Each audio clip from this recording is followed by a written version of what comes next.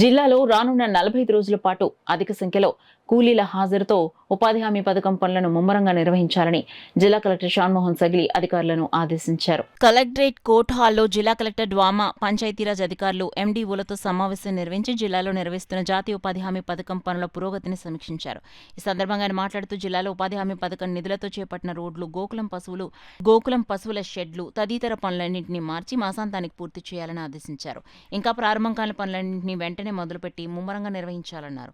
Ground చేసిన పనుల వివరాలు, వాటికి ఎఫ్టీఓల జనరేషన్, బిల్స్ ఆన్లైన్ అప్లోడింగ్ ఎప్పటికప్పుడు అప్డేట్ చేయాలని ఆదేశించారు. మంజూరు చేసిన ప్రతి పని తప్పనిసరిగా పూర్తి కావాలని, మంజూరు చేసిన ఒక్క రూపాయి కూడా వృధా కారాదని కలెక్టర్ ఖచ్చితమైన ఆదేశాలను అధికారులకు జారీ చేశారు.